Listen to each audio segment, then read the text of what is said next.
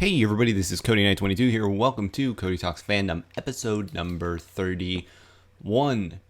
So many episodes of this already, it feels. For those of you who saw the schedule, you would know that plan for this week was going to be the musicians or AMV episode. I actually can't remember which one it was. But, just in case it wasn't already obvious, plans changed. Music. Here's the full rundown of this. I know of the people associated with Summer Rose Court, Avectura and Valkyrie Music, and I think that there's one other that I'm actually not that familiar with. I know those people. I know that they do cool music stuff within the fandom, and that's it. I'm just not involved with this group at all. I honestly cannot give you any form of real things. AMVs is more of me looking at it from an editor's standpoint, and that'd be boring because honestly, that episode would probably be 5 minutes for me to do, and so I'll just give you the 30-second rundown. A good AMV should time its actions and what it is trying to convey through the editing, through the scenes that it picks, and through the timing in the music. And a good AMV also should include some form of screen effects, something that's not done within the actual canon of the show, because it can really help out an AMV, but it also can hurt it if people go overboard and do too much, a la Century's AMV. That's honestly the one that comes to mind immediately. Very good AMV, way too much screen effects though. Completely just killed a lot of what that AMV was trying to accomplish, it felt like. So that's honestly it. That's the episode. That'd be the episode. So I decided to just go ahead and say it. Those two groups are now eligible for interviews in the future. I definitely have obviously some musicians in mind. I definitely have some AMV makers in mind actually. And you will see me bring up AMVs in the future. This week, however, I don't have as much. As this is going to be the start of what is going to honestly be basically every other episode for the next 20 episodes. Ladies and gentlemen, welcome to Fandom versus Canon. Fandom versus Canon, tentative to say the least in terms of naming. Honestly, probably will change it to just something like Fandom characters in Fandom or something like that. Basically, what the purpose of this, I'm going to talk about characters. I'm going to talk about maybe some stuff associated with those characters, some stuff that I see, but most of it is going to be talking about characters that are done within the show. How are they portrayed in Fandom? How are they what traits are focused on them a lot in canon? Should those traits be focused on them? How does that compare to the canon version of them? Stuff like that.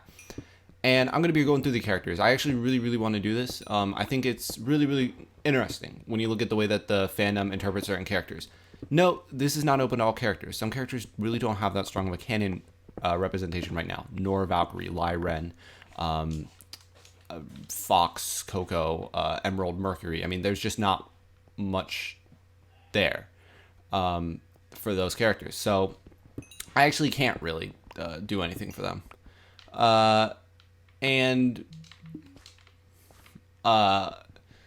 So for those characters, I'm kind of leaving them alone. There's one exception to that rule, and that's for a very particular reason. I will get to that when I get to that episode, which is way in the future. But for right now, let's focus on really the person that should be focused right now. Ruby Rose, the main character of RWBY. Ruby Rose is obviously, she's the protagonist of RWBY, meaning that she is planned to be the hero of the story. Presumably. I do know that, I do acknowledge the fact that the show being named RWBY is more of a reference to the team, but the team is named because of Ruby and whatnot. So, and plus it's already been stated multiple times that she is clearly above everybody else at Beacon. So, we're going to see how this one transpires with our lovely protagonist. And otherwise, however, how is RWBY kind of portrayed in Fandom? Well, she's portrayed as the hero a lot. Which is very fitting for her, obviously, is the fact that she is the hero. RWBY, as far as personality goes, really, she a lot of times is done as a very sweet and a very innocent character. Her personality traits often include a lot of her personality traits often include her being very naive. They include her really kind of being more immature, not really ready for not really understanding a lot of things. And just kind of like that's the most common traits for Ruby Rose. at least within the Fandom. And these are fair to an extent. There is definitely a point in time that I feel as though those traits no longer become fair for RWBY. I think that what is often lost within Fandom is the fact that her being so young does not necessarily mean complete and total naiveness, complete and total naivety. I actually don't know the word for this, so I'm making up words. But it doesn't necessarily mean that it's completely that. What it does, however, mean is that what it can mean is that she's a little shit. And honestly, in canon, that's kind of the way that she's being portrayed. She is bringing, Zwei with her in a backpack on a dangerous mission. She is doing things that go up against like protocols and whatnot. She is breaking the rules multiple times, and really all of it kind of amounts to stuff that she wants to do and whatnot.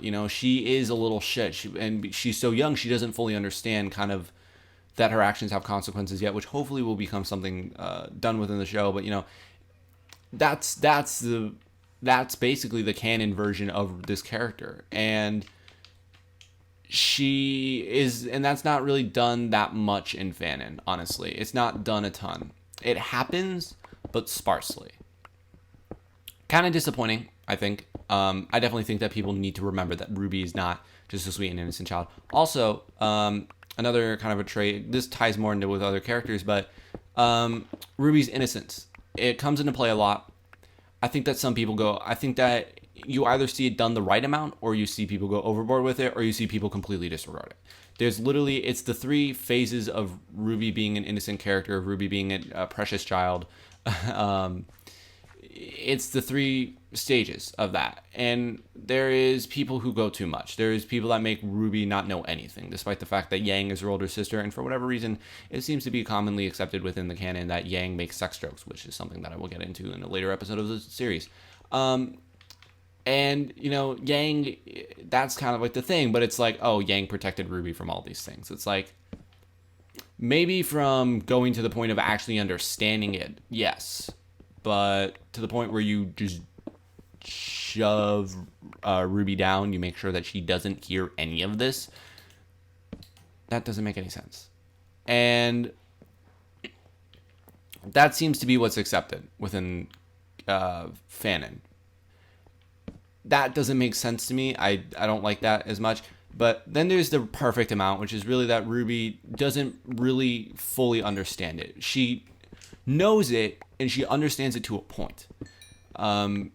It's like if you were to ask her, and this is a great example. You can tell that I'm a very mature person, but it's just 69. What's 69? It's a sex thing. What kind of a sex thing is it? I don't know. Something like that. Something along those lines. RWBY understands that it pertains to that, but doesn't really go all out. Also, I would like to point out, in terms of innocence, not at all talking about RWBY's fighting, because clearly innocence is completely out the door when it comes to that. But that's kind of like what would happen with RWBY. And then there are people who just disregard that idea completely and just make lewd RWBY, who is... I'm on record saying it in the show. I think I don't like lewd RWBY. I really, really don't. I think that I just, there's so many things that I feel as though is wrong with that. I definitely would say that between Too Innocent RWBY and Lewd RWBY, I'd probably pick Too Innocent RWBY, though I would probably abandon that, I hope, or say something about that and be like, hey, please don't do this. And so there's a lot, though, that can be done kind of like within those three realms. And I've seen all three of them used a lot. Like, it's not as though one is definitely used more than the other. I think that there's one that's way more accurate than the others, but that's just not used as much. So, yeah. Moving on to the next portion about this show. Shipping. How is RWBY in terms of shipping within the community? Well, RWBY is very, very commonly paired up with Weiss and with, honestly, I'd say the three most common, because that is what I will be looking at, the three most common people that she is shipped with. I'd say for certain Weiss, for certain Weiss, and then it gets a little bit tricky after that. I personally have seen a lot of Cinder RWBY. I'm also, like I've said, I like that ship. I know it's wrong and I shouldn't like that ship, but I do.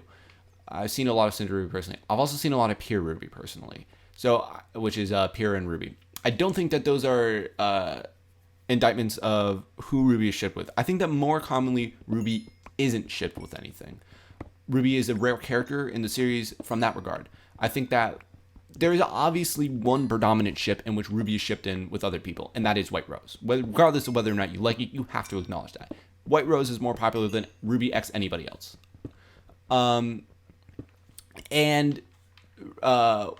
But beyond that, however, there's really not that much else that is kind of really that major with RWBY. I see a lot of times her just not being shipped with anybody. Cinder RWBY, yeah, it pops up, but I wouldn't say that outweighs RWBY not being shipped with people. Pure RWBY, I personally see it a lot. I highly doubt that that's anywhere near it. I've seen Lyra and RWBY. I've seen, obviously, Ladybug and the ship that shall not be named. Shout out to Chrissy. I've seen that as well. I've seen both of those things. But I don't think that any of them happen more than RWBY not being shipped with anybody at all. That's just my personal beliefs. But I'd say that personally what I see more than anything else would be the three that I've mentioned. I'd say that the three that RWBY most commonly gets shipped with, I'd have to say, my assumption, at least based on within the fandom, it would be she would be shipped most with Weiss, Blake, and Cinder. I think that those are probably the three most commonly shipped things within the fandom. I don't see as much Ladybug, which makes me sad. I really like the potential dynamic of Ladybug. I think that RWBY is very, very interesting from the standpoint of people look at her and there's a lot of very, very interesting potential dynamics. I think that with much like every other character in the show, RWBY, you could honestly pair her with anybody and find an interesting relationship dynamic to explore. Rare occurrence. And that's exploited. That's definitely exploited. People ship RWBY with a lot of different things or with a lot of different people, and they ship RWBY in different ways, and they find ways to make it work. Very, very unique and interesting character. Or not necessarily. She's unique to the series. She's the only how could I forget this? Okay, I'm going to change my answer. Okay, so definitely the three that I see RWBY ship with more than anything else. It would be Cinder RWBY, White Rose, and Nuts and Dolts / Mechanical Rose, whatever side you fight for on that one. Those are the top three. So with the exception of Penny, RWBY is the only one that comes off as being very young and being very innocent and not really understanding much about a lot of things, the way the world works in a lot of ways. Penny obviously doesn't even understand what being a human is like because she is a robot and she's kick-ass and she is, once again, a precious child. And the dynamic potential of obviously between those two is very much so kind of a way of RWBY knows more than Penny, and from the standpoint of emotions, Penny knows more than RWBY. From the standpoint of damn near everything else because of the fact that she's a robot, so there's kind of like a mutual care that happens there. But otherwise, a lot of time, or care is involved in literally every single one of RWBY's ships. It's really just kind of like, this character is with RWBY. RWBY and this character are in love, and this character is caring for RWBY, a lot of ways, and wants to see RWBY improve and wants to help RWBY improve. That's the number one dynamic of White Rose. It's very much so the mutual desire to help each other improve. RWBY wants to help Weiss improve with people. Weiss wants to help RWBY improve with everything else, or with people as well, actually, from a certain standpoint, but mostly from a scholastical and technical standpoint for Weiss and RWBY. And I definitely think that, care is what's most common in RWBY ships. In order to have a really good RWBY ship, there's got to be care associated with it. And I think that is one of the most interesting things about RWBY as a character. See what I did there? I hate myself. I didn't actually mean to do that. That was dumb.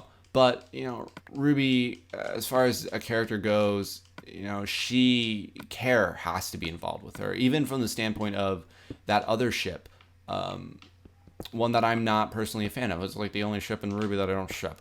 But, you know, even with that, you remove the fact that, this is what I've always said, remove the fact that they are sisters. They work on a lot of similar levels to how other RWBY relationships work. It is Yang caring for Ruby, you know, and wanting to help her, kind of being like this other influence on her. And that's how that ship works. There's one exception, and that's Cinder RWBY. Cinder RWBY is based entirely around manipulation. So that's kind of the one exception in terms of ships. I don't even think stuff like Rosewick would be, if that were to actually be a thing. I saw Emerald RWBY once. Alexandrite? Yeah, Alexandrite. That's the name of the ship. And so it's interesting, though. It's very, very interesting. I think that as far as characters go, RWBY has a lot of potential, both in canon and in fanon. And I think that her canon potential has yet to be tapped. And I think that with that, her fanon potential is along the same lines. I do not think that anybody has yet to really, really kind of fully exploit RWBY in every possible way that I think that you really can with her. There are definitely people that take RWBY and kind of bring her to another level. There is, as far as people that I associate with her, the number one that comes to mind, a Parabola Beam, Ruby Rose, or Emmy. Honestly, my favorite RWBY to read. Just a fantastic. I fully associate Emmy with Ruby Rose. Emmy does RWBY in a manner that completely does justice to the character. Completely shows off how this character works. And really, I'd say is the closest to going full on out, if not already there. I said that there is nobody, but Emmy's the only one that I'd possibly say that this is somebody who has fully gone all out with this particular character. Artistry-wise, Funblade is the big, which, by the way, leave questions for Funblade for next week's interview. But Funblade, as far as artists go, is an artist that I have really seen take RWBY and kind of exploit a lot of different things that you can do with the character, especially future AU RWBY. So, you know, I think that there are definitely people that have done a lot with this character, but I think that she's very raw, which is very interesting. I like that there's this correlation between fanon and canon. RWBY's very raw.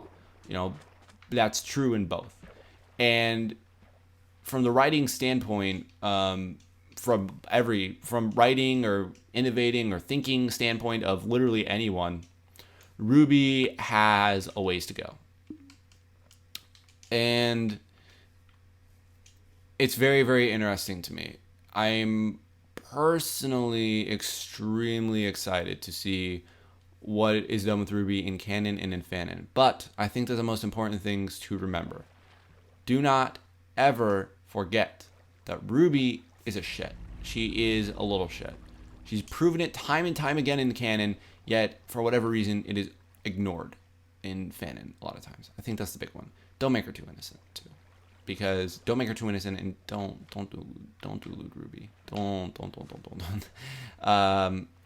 You know, I think that there's a lot of things to remember with Ruby Rose, but that is going to conclude the first fanon versus canon. Once again, this is highly subject to change, but this is going to conclude that one for now. So tune in the next week when there will be an interview with Funblade. Please leave questions for Funblade in the comments below if you have any. But otherwise, I will see all of you the next time. Bye.